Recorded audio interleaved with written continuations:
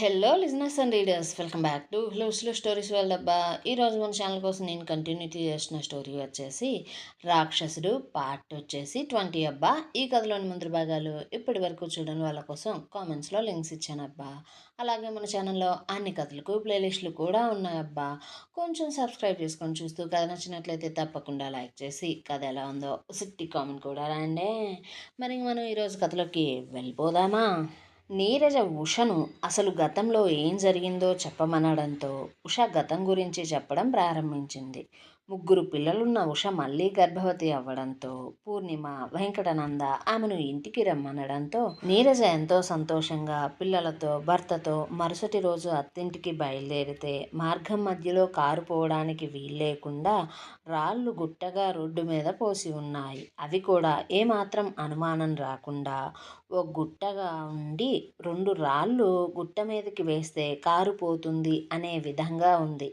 దాంతో గోపీనంద కారు దిగి కారు వెళ్ళడానికి అడ్డంగా ఉండే 2 రాళ్లను తీసి గుట్ట మీద వేస్తూ ఉంటే ఆ గుట్టకు కొద్ది దూరంలోనే కనిపించకుండా దాక్కొని ఉన్న 2 మనుషులు ముఖములు తెలియకుండా మాస్కులు వేసుకుని గోపీనంద మీద దాడి మొదలు పెడితే గోపీనంద మొదట తన మీద రాడ్డు దెబ్బ పడిన వెంటనే తేరుకొని వారిని కొట్టి వేగంగా కారు దగ్గరికి వెళ్ళి కార్ని వేగంగా రివర్స్ చేసి నడుపుకుంటూ పోతూ ఉంటే అప్పుడే వారి ఎదురుగా వస్తున్న లారీ వారిని గుద్దడం కోసం అతివేగంగా వారి వైపే వస్తుంది.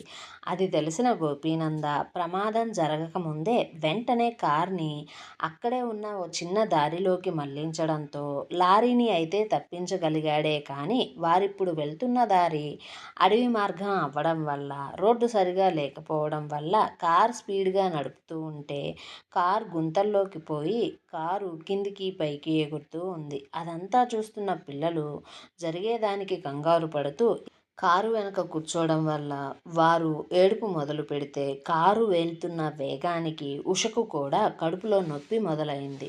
దాంతో గోపీనంద కార్ స్పీడ్ కొంచెం తగ్గించి నడుపుతూ ఉంటే వెంటనే ఆ కార్ని ఆ అడవి దారిలో అప్పటికే ఆ ముసుగు మనుషులు ఇద్దరు 2 బండ్ల మీద ఫాలో అవుతూ ఉన్నారు. దాంతో కార్ స్పీడ్ మరలా పెంచి వేగంగా పోనిస్తూ ఉంటే ఇంతలోనే వేగంగా వెళ్తున్న కారు ఒక నీటి గుంట లాంటి దాంట్లో ఇరుక్కుపోవడంతో కారు అక్కడే వదిలేసి వారు కారు దిగి పరిగెత్తడం ప్రారంభించారు.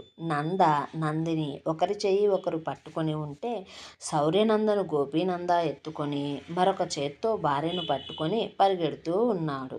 అలా సుమారు ఒక 1/2 కిలోమీటర్ పరిగెత్తిన తరువాత వారికి ఎదురుగా భవేష్, మనీష్, నగేష్ కడుపుతో ఉన్న లేఖ కనిపించారు. దాంతో ఈ ప్లాన్ అంతా కూడా వారిదే అని గ్రహించారు. వారు ఇంకొక దారిలో వెళ్ళడం కోసం పక్కకు మళ్ళగా ఆ దారిలో గోవిందం, కుమారన్ కనిపించారు. దాంతో గోపీనందకు, ఉషకు ఓ విషయం బాగా అర్థమైంది. వారిని చంపాలి అనుకుంటున్నది ఉష ఫ్యామిలీయే అని. వారే దారి కాచి చాలా పకడ్బందీగా అన్ని విధాలుగా ఎటూనూ తప్పించుకోకుండా చేసి ఈ దాడిని మొదలుపెట్టారు అని. అది గ్రహించిన ఉషకు వారందరినీ చూస్తూ వారి ఉద్దేశాలు తెలిసిన తరువాత ఆమె గుండె పగిలిపోయింది. అయితే మనీష్, నగేష్ వారి వైపు కోపంగా చూస్తూ వస్తుంటే భవేష్ తన చేతిలో ఉన్న పెద్ద కర్రను తీసుకొని వీరి వైపు బయలుదేరాడు. అక్కడి నుంచి వెనక్కు తిరిగి పరిగెత్తడం కోసం గోపీనంద, ఉష వెనక్కు తిరిగి చూడగా మళ్ళీ ముసుగు మనుషులు కనిపిస్తూ ఉన్నారు. వారు కూడా వేగంగా వీరి దగ్గరికి వస్తూ ఉన్నారు.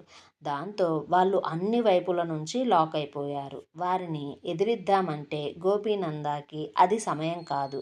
కడుపుతో ఉన్న భార్య ఒకవైపు, 3 పిల్లలు మరోవైపు ఉండడంతో అతను ఒక్కడే వారందరితో ఎంతసేపు పోరాడినా లాభం లేకుండా పోతుంది అని అతనికి ఆల్రెడీ అర్థమైపోయింది. తనని చేరుకున్న మనీష్ వాళ్ళు కొడుతూ ఉంటే ముగ్గురిని ఒకేసారి ఎదుర్కోవడం గోపీనందకి అసాధ్యమైతే కన్న కూతురు కడుపుతో ఉండి ఆ విధంగా బాధలను అనుభవించడం, పైగా చిన్న పిల్లలతో ఆ విధమైన నరకాన్ని చూడడం చూస్తున్న గోవిందం మనసులో బాధను పుట్టిస్తూ ఉంటే ప్రాణ ప్రాణం కన్నా ఎక్కువగా ప్రేమించిన కూతురు వాళ్ళను ఏమీ చేయొద్దంటూ కన్న వాళ్ళను తోడబుట్టిన వాళ్ళను వేడుకుంటూ చేతులెత్తి మొక్కుతూ ఉంటే కుమారన్కి మనసంతా వేదనతో నిండిపోయింది. ఆ పిల్లలతో ఆమె పడుతున్న బాధను చూస్తూ ఉంటే భర్తను ఏమీ చేయొద్దు అంటూ తోడబుట్టిన వారి కాళ్ళు పట్టుకుంటూ కన్నవాళ్ళ కాళ్ళు పట్టుకుని బతిమలాడుతూ ఉంటే కుమారన్కి మెల్లగా మనసు కరగడం మొదలైంది. ఎందుకంటే అతనికి అంత ఇష్టం ఉష అంటే. ఆమె చేసిన పొరపాటల్లా ఒకటి, కన్నవాళ్లను తోడబుట్టిన వాళ్ళను కాదని పరువును లెక్క చేయకుండా ప్రేమించిన వాడితో వెళ్ళిపోవడం. అతను ఈ ఆలోచనలో ఉండగానే ఇంకొక వైపు గోపీనంద మీద దాడి మరింతగా పెరుగుతూ ఉంది. అది చూసిన నంద అంత చిన్న వయసులోనే తన తండ్రిని కొడుతున్న వారి మీద చుట్టుపక్కల ఉన్న చిన్న చిన్న రాళ్లను విసిరేస్తూ ఉంటే నందిని భవేష్ని లేఖని ఇంకా మిగిలిన ఇద్దరిని కూడా కొడుతూ కొరుకుతూ తన గోళ్లతో రక్కుతూ ఉంది. శౌర్య మాత్రం ఆ గొడవను చూస్తూ ఆ తోపులాటలో కింద పడి గుక్క పట్టి ఏడుస్తూ ఉన్నాడు. ఉష భర్తను కొట్టద్దు అని ప్రాధేయపడుతూ చేతులెత్తి మొక్కుతూ ఉంటే ఇంతలోనే ముసుగు వేసుకున్న వాళ్ళల్లో ఒకరు గోపీనందని వెనక నుంచి కత్తితో గట్టిగా పొడి చేశారు. అది చూసిన గోవిందం, కుమారన్, నగేష్, భవేష్ షాక్ అయితే మనీష్, లేఖ ఆ వ్యక్తులను చూసి వారు లోపలే నవ్వుకుంటూ ఉన్నారు వారు చేసిన ప్లాన్ ఫలించినందుకు. అయితే ఇంతలోనే కుమారన్ గోపీనందాన్ని పొడిచిన వ్యక్తి దగ్గరికి వచ్చి కత్తిలాగి పడేసి అతని చెంప మీద ఒకటి పీకి, ఎవడివిరా నువ్వు, ఎక్కడి నుంచి వచ్చావు, నిన్ను కత్తితో పొడవమని ఎవరన్నారు అంటూ ఉంటే లేఖ, నాన్న తను గోపీనంద కుటుంబానికి శత్రువు, శత్రువుకి శత్రువు మిత్రుడవుతారు అంటారు కదా, అందుకనే ఈ పనిలో వారు కూడా మనకు సాయం చేసి వారి కక్షను తీర్చుకుంటామంటే సరే అంటూ చెప్పా అంటూ ఇంకా ఆమె మాట్లాడబోతూ ఉండగానే ఇంతలోనే అక్కడ లేఖ చెంప చెల్లుమన్న శబ్దం వినిపించింది.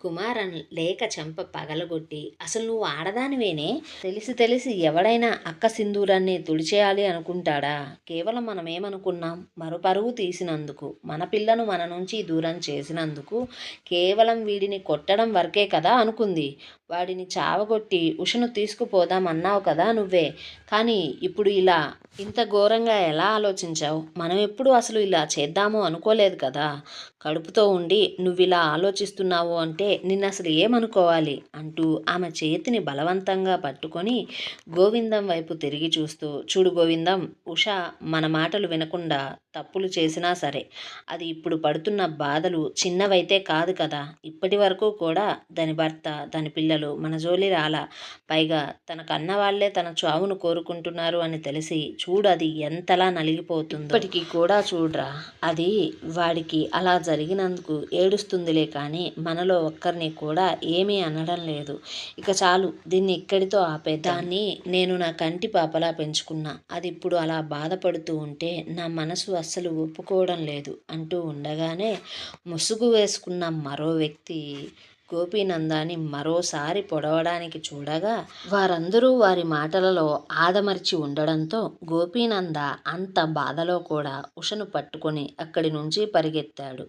ఆమెను పిల్లలను కాపాడుకోవడం కోసం నందిని నంద ఒకరి చేతిలో ఒకరు పట్టుకొని వారి వెనకనే పరిగెడుతూ ఉన్నారు. అయితే తల్లిదండ్రులు ఎంత చెబుతున్నా సరే మనీష్, భవేష్, నగేష్, లేఖ అసలు వారి మాటను వినిపించుకునే పొజిషన్లో లేరు. ఎందుకంటే వారు కేవలం ఆమెను భయపెట్టాలి అనుకోవడం లేదు, చావును కల్లారా చూపించాలి అనుకుంటున్నారు. నగేష్ని, భవేష్ని లేఖ, మనీష్ ఆ విధంగా ట్రైన్ చేశారు వారి మాటలతో చేతలతో. ఇంకోవైపు ఈ ముసుగు వేసుకున్న ఇద్దరు మనుషులు కూడా పారిపోతున్న వారి వెంట పరిగెడుతూ ఉంటే నగేష్, మనీష్, భవేష్ కూడా వారి వెనకనే పరిగెడుతూ ఉన్నారు. లేఖ కూడా పరిగెత్తడానికి చూడగా కుమారన్ ఆమె చెయ్యి పట్టుకొని, అసలు దీనంతటికీ కారణం నువ్వేనే, కేవలం భయపెట్టిద్దాము, గోపీనందాన్ని కొడదాము అనే కదా చెప్పింది, ఆ భయంతో ఉష మళ్ళీ ఇక్కడికి తిరిగి రాదు అని చెప్పి ఇప్పుడు మళ్ళీ ఇలాంటి ప్లాన్స్ వేస్తావా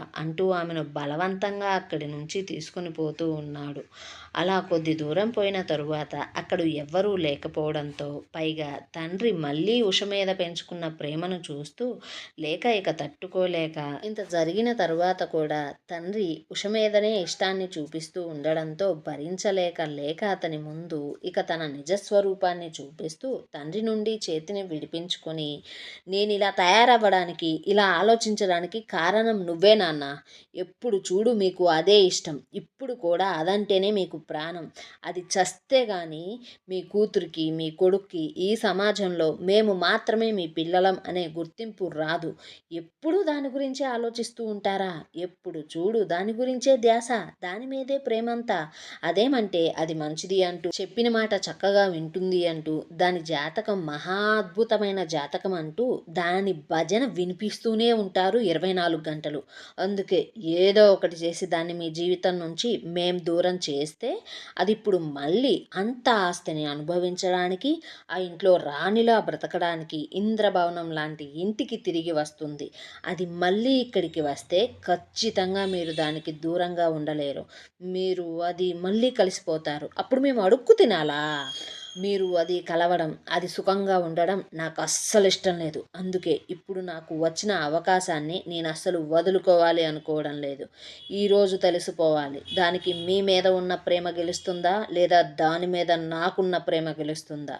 మా ఇద్దరిలో ఎవ్వరో ఒక్కరు మాత్రమే ఉండాలి మీ జీవితంలో అంటూ తండ్రితో ఒక్కసారిగా గొడవ పడుతూ, తండ్రి చెబుతున్నా వినకుండా అతన్ని తోసేసి అక్కడి నుంచి వెనక్కు తిరగకుండా వెళ్ళిపోయింది. అయితే కుమారన్ కూతురు చెప్పిందంతా విని షాక్ అవుతూ ఆమె తొయ్యడం వల్ల ఒక చిన్న గుంటలాంటి దాంట్లో పడిపోయాడు. ఇంకోవైపేమో ఉష, గోపీనంద, శౌర్య ఒక దారిలోకి వెళ్తే వారి వెనకనే పరిగెడుతూ ఉన్న నంద, నందిని దారి తప్పి మరొక దారిలోకి వెళ్ళిపోయారు.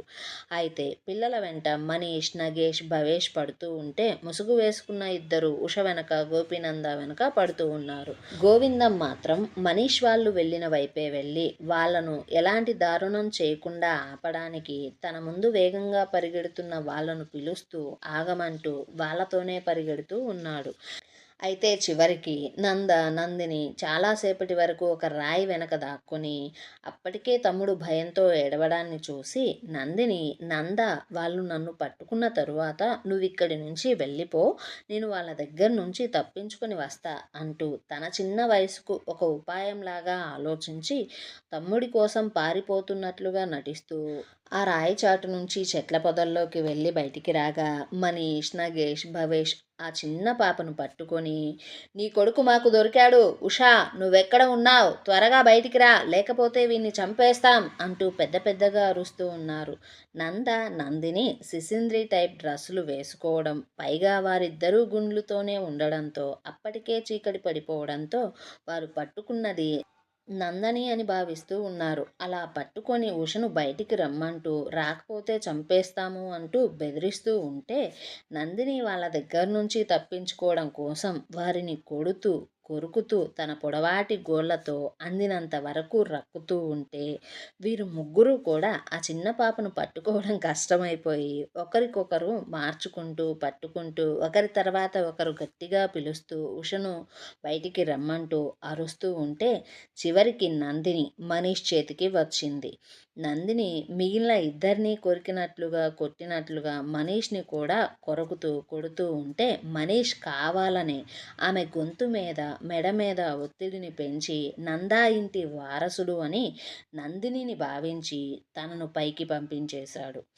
మళ్ళీ ఏమీ తెలియనట్లుగా ఆ పాప శవం కింద పడకుండా అటు ఇటు ఊపుతూ, కదులుతున్నట్లుగా చేస్తూ లేఖ అక్కడికి రాగానే ఆమెకు అతను చేసిన విషయాన్ని చిన్నగా చెప్పగా లేఖ మనీష్ చేసిన పనిని మెచ్చుకుంటూ భవేష్కి ఈ నందని ఇవ్వు అంటూ చిన్నగా సైగ చేయగా తన చేతిలో ఉన్న నందినిని భవేష్కి ఇచ్చాడు. అయితే మొదట మెడపెట్టుకోవడంతో ఆ శవం అటు ఇటు కదలకుండా అలాగే ఉంది భవేష్ చేతిలో. కానీ ఎప్పుడైతే భవేష్ ఒకటికి 2 సార్లు చంపుతా, వస్తున్నావా రావా అంటూ అరుస్తూ గట్టిగా నందినిని ఊపాడో పొరపాటున అతని చేతి నుండి నందిని కింద పడిపోయింది. కింద పడిన ఆమెలో ఎలాంటి చలనమూ లేదు. దాంతో వారిని ఆపడం కోసం గోవిందం అక్కడికి వచ్చి కింద పడిపోయిన పాపను చూస్తూ నందినిని చేతిలోకి తీసుకొని బాబూ బాబూ బాబూ లే బాబూ బాబూ లే అంటూ ఎన్నిసార్లు తట్టి పిలిచినా ఎలాంటి లాభం లేదు. దాంతో భవేష్ దగ్గరికి వెళ్ళి అతని చెంపలు పగలగొట్టి అక్కడ మిగిలిన ఇద్దరినీ కూడా కొడుతూ లేఖను కొట్టలేక అసలు మీరందరూ మనుషులేనారా లేదా రాక్షసులా? ఈ పాపం తెలియని ఆ పిల్లాడిని ఎలా చంపారా అంటూ ఉంటే నగేష్కి అసలు అది ఎలా జరిగిందో భవేష్కి కానీ నగేష్కి కానీ అస్సలు అర్థం కాలేదు. దాంతో వారు అయోమయంగా అయ్యో నాన్న మేమేం చేయలేదు, కేవలం వీడిని అడ్డు పెట్టుకొని ఉషను ఆ గోపిగాడిని బయటికి రప్పిద్దామని మాత్రమే చూశాం, అంతకు మించి మేమేం చేయలేదు అంటూ ఉన్నా సరే లేఖ ముందుకు వచ్చి అన్నయ్య వాళ్ళు అలా ఏమీ కావాలని చేయలేదు, మేము కొడుకును అడ్డు పెట్టుకొని ఉషను బయటికి రప్పిద్దామనుకున్నాం, కానీ అన్నయ్య వాళ్ళు మెడపట్టుకునే క్రమంలో చిన్నపిల్లాడు అవ్వడం వల్ల ఊపిరి ఆడక ఇలా జరిగి ఉంటుంది, ఇందులో ఎవరు కావాలని చేసిందేం లేదు అంటూ ఉండగానే ఇంకొక వైపు అదే నిమిషంలో గోపీనంద అరుపు పెద్దగా వినిపించింది. ఆ వెనకనే మరొక అరుపు ఉషది వినిపించింది. దాంతో గోవిందం తన కూతురికి ఏం జరిగిందో అనుకుంటూ వారిని తరుముతూ ముసుగు మనుషులు వెళ్ళారు అని తెలిసి అసలే కత్తిగాయాలతో ఉన్న గోపీనందను ఉషను వారేం చేశారో, పైగా వారిని ఆపడానికి కూడా అసలు అక్కడ ఎవరూ లేరు అనుకుంటూ భయంతోనే ఆ అరుపులు వినిపించిన వైపు పరుగులు పెడుతూ ఉంటే లేఖ, మనీష్ మన వల్ల చేతగాకపోయినా వాళ్ళ పనిని వాళ్ళు బాగానే పూర్తి చేసినట్లున్నారు, మొత్తానికి వాళ్ళను కలుపుకొని మంచి పనే చేశాం అంటూ మనసులోనే సంబరపడిపోతూ ఏమీ తెలియనట్లుగా వీరి వెనకనే వెళ్తూ ఉంటే ఇంతలో మరొక పెద్ద అరుపు వినిపించింది. కానీ ఈసారి ఆ అరుపు గోపీనందది కాదు, ఉషది కాదు. ఇంకొక వైపు నంద తన అక్క శవాన్ని చూస్తూ ఏడుస్తూ అక్క అక్క అక్క లే అక్క అక్క లే అక్క అక్క లే అంటూ తన చిట్టి చిట్టి చేతులతో ఆమెను తడుతూ లేవమని బ్రతిమలాడుతూ ఎక్కిళ్ళు ఎక్కిళ్ళు పట్టి ఏడుస్తూ ఉన్నాడు. అరుపులు వినిపించిన వైపు వెళ్ళి చూడగా ఎవ్వరికీ అక్కడ గోపీనంద, ఉష, వారిని తరుముకుంటూ వచ్చిన ముసుగు వేసుకున్న మనుషులు అసలు కనిపించలేదు. అలా ఆ రాత్రిలోనే కొద్దిసేపు వెతికినా ఎలాంటి ప్రయోజనం లేదు. అలా వెతుకుతూ వెతుకుతూ కొంచెం లోపలికి వెళ్ళగా కొద్ది దూరంలో సుమారు 55-60 సంవత్సరాల వయసు ఉన్న వ్యక్తి శవం పడి ఉంది. అతను ఎవరో కూడా నగేష్కి, భవేష్కి, గోవిందంకి తెలియదు. కానీ అది ఎవరో లేఖకు, మనీష్కి బాగా తెలుసు. దాంతో ఆ వ్యక్తికి పట్టిన గతి చూడగానే లేఖలో చిన్నపాటి భయం మొదలైంది.